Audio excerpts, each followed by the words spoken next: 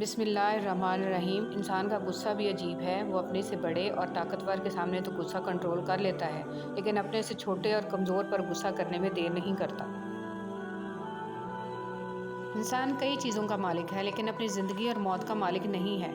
مالک ہونا تو دور کی بات، انسان کو یہ بھی پتہ نہیں کہ وہ کب اور کہاں مرے گا۔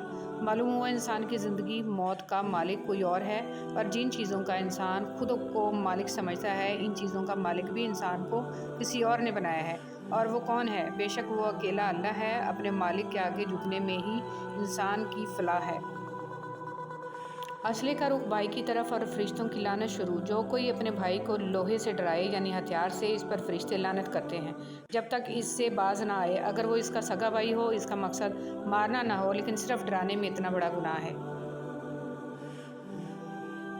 نبی کریم صلی اللہ علیہ وسلم حسن و حسین رضی اللہ تعالیٰ عنہما کے لیے پناہ طلب کیا کرتے تھے اور فرماتے تھے کہ تمہارے بزرگ دادا ابراہیم علیہ السلام بھی ان کلمات کے ذریعے اللہ کی پناہ اسماعیل اور اسحاق علیہ السلام کے لیے مانگا کرتے تھے۔ میں پناہ مانگتا ہوں اللہ کے پورے کلمات کے ذریعے ہر ایک شیطان سے اور ہر زہریلے جانور سے اور ہر نقصان پہنچانے والی نظر بد سے۔ ابن مسعود رضی اللہ تعالیٰ عنہ بیان کرتے ہیں، میں نے رسول صلی اللہ علیہ وسلم کو فرماتے ہوئے سنا، اللہ اس شخص کے چہرے کو تر و تازہ رکھے جس نے ہم سے کوئی ایسی چیز سنی تو اس نے جیسے اسے سنا تھا ویسے ہی اسے آگے پہنچا دیا، کیونکہ بسا اوقات جسے بات پہنچائی جاتی ہے وہ اس سننے والے کی نسبت زیادہ حفاظت کرنے والا ہوتا ہے۔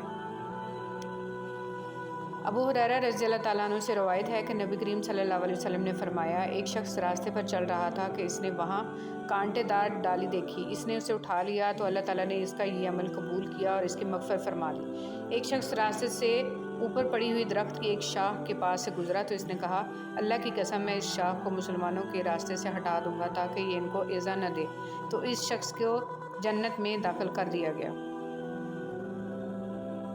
رسول اللہ صلی اللہ علیہ وسلم نے فرمایا کہ اللہ تعالیٰ مہلت عطا فرماتا ہے یہاں تک کہ رات کا تہائی حصہ گزر جاتا ہے تو آسمان دنیا کی طرف نزول فرماتا ہے اور فرماتا ہے کہ کیا کوئی مغفرت مانگنے والا ہے، کیا کوئی توبہ کرنے والا ہے، کیا کوئی سوال کرنے والا ہے، کیا کوئی دعا کرنے والا ہے، یہاں تک کہ فجر ہو جاتی ہے۔ عید کی رات حضرت ابو امامہ باہلی رضی اللہ تعالیٰ عنہ سے روایت ہے کہ نبی کریم صلی اللہ علیہ وسلم نے ارشاد فرمایا، جس شخص نے عید الفطر اور عید الاضحیٰ کی راتوں میں اجر و ثواب کی امید رکھتے ہوئے قیام کیا یعنی عبادات سر انجام دیں تو اس کا دل اس دن مردہ نہیں ہوگا جس دن سب کے دل مردہ ہو جائیں گے۔ شرک اصغر کیا ہے؟ رسول صلی اللہ علیہ وسلم نے فرمایا، مجھے تم پر سب سے زیادہ شرک اصغر کا خوف ہے۔ لوگوں نے کہا، اے اللہ کے رسول، شرک اصغر کیا ہے؟ آپ نے فرمایا، ریاکاری۔ اللہ عز و جل قیامت کے دن لوگوں کو بدلہ دے گا تو ریاکاروں سے فرمائے گا، دنیا میں جن لوگوں کو دکھایا کرتے تھے ان کے پاس چلے جاؤ، دیکھو کیا تمہیں ان کے پاس کچھ بدلہ ملے گا۔ حضرت علی رضی اللہ تعالیٰ عنہ نے فرمایا، جو خاندان متحد ہو اور اس کے ارکان ایک دوسرے سے صلہ رحمی کرتے ہوں، اللہ ان کو رزق دیتا ہے خواہ گناہ گار ہی کیوں نہ ہو، اور جو خاندان منقسم ہو اور ایک دوسرے سے قطع رحمی کرے، اللہ ان کو رزق سے محروم کر دیتا ہے خواہ وہ متقی ہی کیوں نہ ہو۔ رسول اللہ صلی اللہ علیہ وسلم نے فرمایا، 7 گناہوں سے جو تباہ کر دینے والے ہیں بچتے رہو۔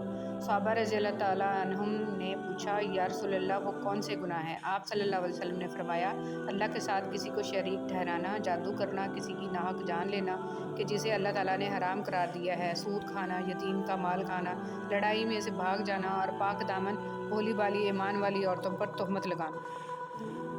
اللہ تعالیٰ کی 10 رحمتیں۔ رسول صلی اللہ علیہ وسلم نے فرمایا، بلا شبہ اللہ تعالیٰ کے پاس 100 رحمتیں ہیں جن میں سے اس نے صرف ایک رحمت کو اہل دنیا میں تقسیم کیا ہے جو انہیں عمر بھر کے لیے کافی ہے، اور 99 رحمتوں کو اپنے دوستوں کے لیے بچا کر رکھا ہے۔ جو رحمت اللہ تعالیٰ نے اہل دنیا میں تقسیم فرمائی ہے اسے بھی واپس لے کر ان 99 کے ساتھ ملا دے گا اور یوں وہ اپنے دوستوں کے لیے قیامت کے دن 100 رحمتیں پوری فرما دے گا۔ جب دل میں میل، طبیعت میں ضد اور لفظوں میں مقابلہ آ جائے تو یہ تینوں جیت جاتے ہیں، بس صرف تعلقات اور رشتے ہار جاتے ہیں۔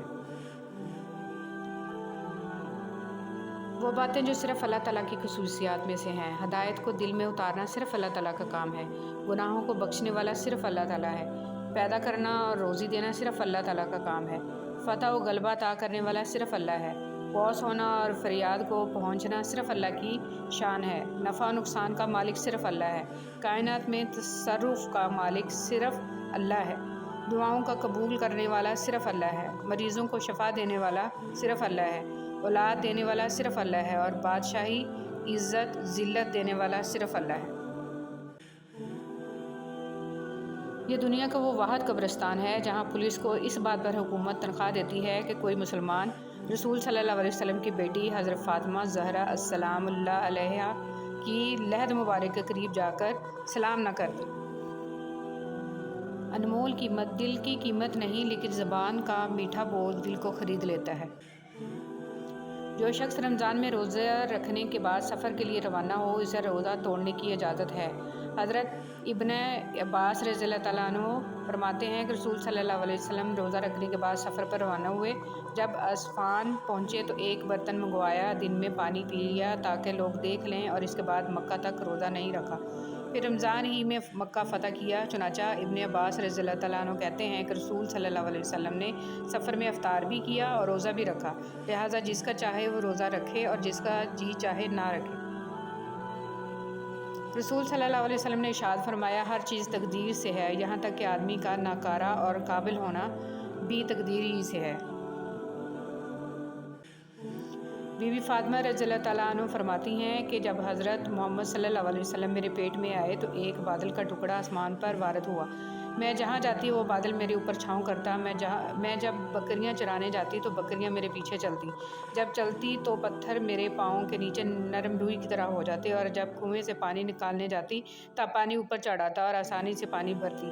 جب سوتی تو خوبصورت حوریں مجھے پنکھے سے ہوا دیتی، اور روزانہ ایک نبی مجھے خواب میں مبارکباد دیتے تھے کہ آپ کو مبارک ہو کہ آپ آخری نبی صلی اللہ علیہ وسلم کی والدہ ہیں۔ جنت میں 3 بہترین تیار گھر۔ رسول صلی اللہ علیہ وسلم نے فرمایا، میں جنت کے اندر ایک گھر کی ضمانت دیتا ہوں اس شخص کے لیے جو لڑائی جھگڑا چھوڑ دے، اگرچہ وہ حق پر ہی کیوں نہ ہو۔ جنت کے عین درمیان ایک گھر کی ضمانت دیتا ہوں اس شخص کے لیے جو جھوٹ بولنا چھوڑ دے، اگرچہ ہنسی مذاق میں ہی کیوں نہ ہو۔ جنت کی بلندی پر ایک گھر کی ضمانت دیتا ہوں اس شخص کے لیے جو خوش اخلاق ہو۔